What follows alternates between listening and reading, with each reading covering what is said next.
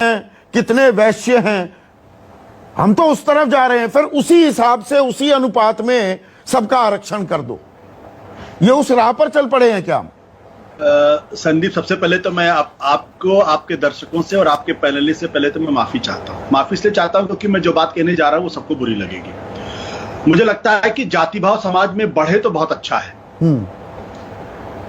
अगर इस देश के अंदर पिछड़े अपने हक की मांग करें, दलित अपने हक की मांग करें, आदिवासी अपने हक की मांग करें, तो उसको फौरन जातिवादी करार दिया जाता है। देखिए, लोग जातिवाद कर रहे हैं। लालू यादव, मुलायम सिंह यादव, मायावती, काशीराम अगर अपने वर्ग के लोगों के, अपने समाज के लोगों के हक की बात करते हैं तो इनको विशुद्ध तौर पर जातिवादी करार दिया जाता है। और जिस तरीके से इनका नाम लिया जाता है, लालू को ललुआ कहा जाता है, मुलायम को मुलायमा कहा जाता है, मायावती को मायावतिया कहा जाता है, काशीराम काशीरमा कहा जाता है। क्या इनके आने के पहले इस देश में जातिवाद नहीं था? क्या जातिवाद तो बुरी तरीके से था। क्या ब्राह्मण लोग अपनी शादी किसी और जात में करते थे? क्या यादव किसी और जाति में शादी करते थे? क्या वहां तो गोत्र भी देखा जाता था। तो जब जाति इस देश की सच्चाई है, हम उससे मुंह क्यों मोड़ रहे हैं? पहली बात तो ये। दूसरी बात, आज लोकतंत्र का तकाजा है तो देश के प्रधानमंत्री भी कहते हैं हमारी कैबिनेट में 27 लोग तो पिछड़ी जाति के हैं। उत्तर प्रदेश के अंदर चुनाव जीतना है तो आप कहते हैं 7 मिनिस्टर्स हमने लिए, 6 उसमें पिछड़े और दलित तबके के हैं। मेरा सवाल है कि हिंदुस्तान की जुडिशियरी में कितने प्रतिशत पिछड़े और दलित हैं? वहां पे आरक्षण क्यों नहीं होना चाहिए? आप बता दीजिए। मौजूदा सुप्रीम कोर्ट में एक डेटा निकलना चाहिए, आजादी के बाद से अब तक कितने जजेस हैं जो दलित हुए, उसमें से कितने जजेस चीफ जस्टिस ऑफ इंडिया बने, हिंदुस्तान के फॉरेन सेक्रेटरी कितने दलित बने, कितने पिछड़े बने, हिंदुस्तान के होम सेक्रेटरी कितने दलित बने, हिंदुस्तान के कैबिनेट सेक्रेटरी में कितने लोग दलित बने, हिंदुस्तान के वाइस चांसलर में कितने दलित, कितने पिछड़े बने। तो अगर आप हिंदुस्तान की आबादी के 80% लोगों को किनारे करके सारी सत्ता की मलाई अपर कास्ट रखना चाहता है तो ये तो नहीं चलेगा। तो और जब वो पिछड़े गरीब नहीं है, अपर कास्ट में पिछड़े नहीं है, अपर कास्ट में ऐसे लोग नहीं हैं, जो सामान्य वर्ग है उसका दायरा सिकुड़ता चला जाएगा। मेरा सवाल वही, फिर तो आपकी जाति के आधार पर इस देश को पूरे को बांट दो कि इतने प्रतिशत ये लोग, इनको इतने प्रतिशत नौकरियां मिलेंगी। ये तो करना पड़ेगा। आज नहीं करोगे, कल आपको करना पड़ेगा। तो 1990 के पहले मंडल कमीशन लगाने के पहले कोई ये बात नहीं सोचता था, लेकिन मंडल कमीशन लगाने के बाद तो मतलब मेरिट के कोई मायने नहीं, मेरिट के कोई मायने नहीं। आपका जितनी आबादी उसी अनुपात में नौकरियां मिलेंगी। मेरिट एक इतना बड़ा तिलस्म, इतना बड़ा छलावा है जिसको जितनी जल्दी हम छोड़ दें तो बहुत अच्छा है। इस देश के अंदर मंडल कमीशन लागू हुआ 1991 के बाद से हिंदुस्तान ने प्रगति किया, हिंदुस्तान पीछे चला गया? आप मुझे बताइए। हिंदुस्तान के अंदर जब कोएलिशन पॉलिटिक्स थी तब हिंदुस्तान की जीडीपी आगे बढ़ी या पीछे चली गई? ये जो कहा जाता है कि मेरिट तो फिर आप जिंदगी भर जो विकास हुआ वो आर्थिक सुधारों के चलते हुआ या सामाजिक सुधार के चलते हुआ? अभी उदित राज कह रहे हैं प्राइवेट सेक्टर में कितनी रिजर्वेशन है? ज्यादा विकास तो सकल घरेलू उत्पाद में विकास दर में इजाफा जो हुआ वो तो कॉर्पोरेट इंडिया के चलते हुआ ना। वहां कौन सी रिजर्वेशन है? मुझे लगता है जितनी जल्दी कॉर्पोरेट इंडिया में पिछड़ों और दलितों को भागीदारी मिल जाए उतना अच्छा है। नहीं तो छीन लेंगे ये लोग। और मैं आज कह रहा हूं आपसे, ये कोई एहसान नहीं कर रहा। अभी मैं गुरुप्रकाश जी को सुन रहा था, उन्होंने कहा था पिछड़ों को, दलितों को मेन स्ट्रीम में लाना है। आप कौन होते हो लाने वाले भाई? आज भी आपकी वही मेंटर मानसिकता है कि हम एहसान कर रहे हैं, हम आपको मेन स्ट्रीम में लाने वाले। वो मेन स्ट्रीम में है, वो मेन स्ट्रीम में आके छीन लेंगे। आज आपने जुडिशियरी में उनको रिजर्वेशन नहीं दे रखा है, आज आपने वाइस चांसलर्स उनको बनाने नहीं दे रहे। हिंदुस्तान की तमाम यूनिवर्सिटीज को आप देख लीजिए, वहां पे प्रोफेसर्स की संख्या अगर आप निकाल लीजिए, उसमें जाति विशेष के लोगों का 90% कब्जा है और बाकी की जो 80% आबादी है उनको 10% भी रिप्रेजेंटेशन नहीं। क्यों? आप साउथ अफ्रीका की क्रिकेट टीम का उदाहरण लीजिए। अभी लेटेस्ट उनका गाइडलाइन है ये। उन्होंने कहा 2022 के बाद से 11 में से 7 लोग कलर्ड होंगे, जिसमें से 7 लोग कलर्ड होंगे, 4 व्हाइट होंगे। साउथ अफ्रीका की क्रिकेट टीम कमजोर है क्या? जो मेरिट की बात करने वाले लोग हैं, क्या साउथ अफ्रीका की टीम कमजोर है?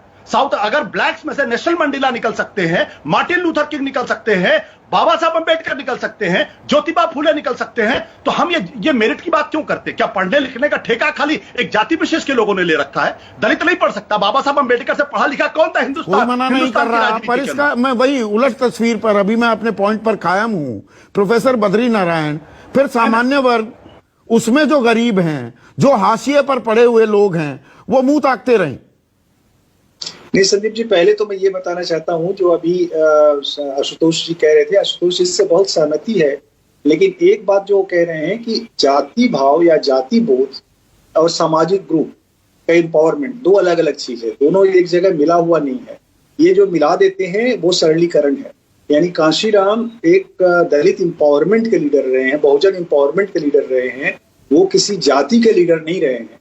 और यही हुआ है तमाम नेताओं के साथ भी। अब देखने वाले देखते हैं उस तरह से, लेकिन तो ये जो दोनों मिला रहे हैं वो गलत है। दूसरी बात ये है कि जो एकदम सही है कि मेरिट की कोई जाति नहीं होती है, मेरिट कहीं भी हो सकता है। और ये भी सही है कि डेमोक्रेसी जैसे जैसे ग्रो करेगी ये जातियां और समूह अपनी हिस्सेदारियां लेंगी। लेकिन सवाल है कि जो प्रश्न आप खड़ा कर रहे हैं कि क्या हिस्सेदारियां समाज में बांट करके ही विकास संभव है या बांट करके एक अखंड बनाकर के विकास संभव है? यानी खंड खंड को कितना खंड खंड करेंगे? ये बहुत अहम सवाल है। आखिरी कमेंट चाहूंगा गुरु आपसे, और आप युवा भी हैं और आपका समाज भुक्त भोगी भी रहा है जो हमारी व्यवस्था रही। तो समाज को और बांट के विकास होगा या जोड़कर विकास होगा? नहीं संदीप जी, मैं अभी सुन रहा था आशुतोष जी की बातों को, और आशुतोष जी को आज पीड़ा है इस विषय पे ये जान करके मैं खुश हुआ। आशुतोष जी मीडिया पे इतने सीनियर पोजीशन पे रहे, आपने क्या सुनिश्चित किया है? कभी आपने सुनिश्चित किया कि मीडिया में सोशल डाइवर्सिटी रिफ्लेक्ट हो? नहीं किया है। लेकिन आज संदीप जी मैं सीना ठोक के कहता हूं, मैं जिस राजनीतिक संगठन से आता हूं उस संगठन में सबसे अधिक एमएलए एमपी दलित समाज से आते हैं। उस संगठन के दलित राष्ट्रीय अध्यक्ष रह चुके हैं। और आज कांग्रेस जो कहती है, कांग्रेस में राजीव गांधी जी का 1990 का संसद भवन का भाषण है, उन्होंने वीपीसी के रिकमेंडेशन का विरोध किया था। वो छोड़िए, काका कालेलकर जो बैकवर्ड क्लास फर्स्ट कमीशन था उसका विरोध किया गया था। मंडल का विरोध तो आरएसएस ने भी किया ना, आपके प्रेरणा स्रोत ने भी उसका सीधा विरोध किया कि समाज बच जाएगा, हमें कास्टलेस सोसाइटी चाहिए। आरएसएस की स्टेटेड पोजीशन है।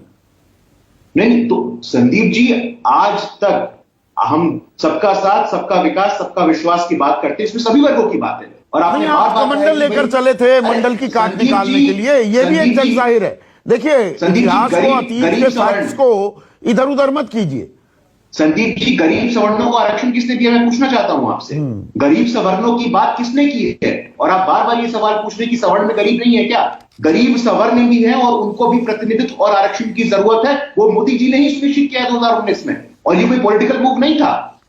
तो अब जाति फिर से सेंटर स्टेज पर आ गई है। वो पुरानी कहावत है ना, जात ना पूछो साधु की, पर अब जात पूछने की बात कही जा रही है कि भाई पूछो, हम बताएंगे हम किस जाति के हैं, हमारी तादाद कितनी है, और उसी हिसाब की भागीदारी हमारी सुनिश्चित की जाए।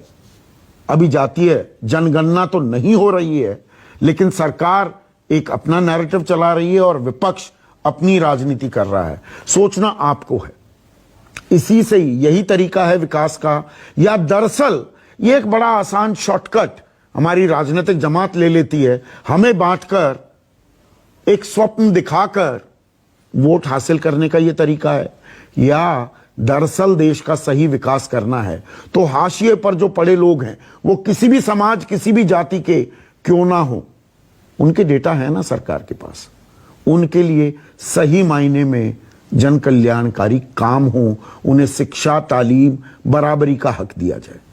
मुश्किल रहा है, उसके बारे में भी कोई सोचेगा। नमस्कार। सबसे बड़ा सवाल presented by Patanjali biscuit, associate sponsor Amul, the taste of India.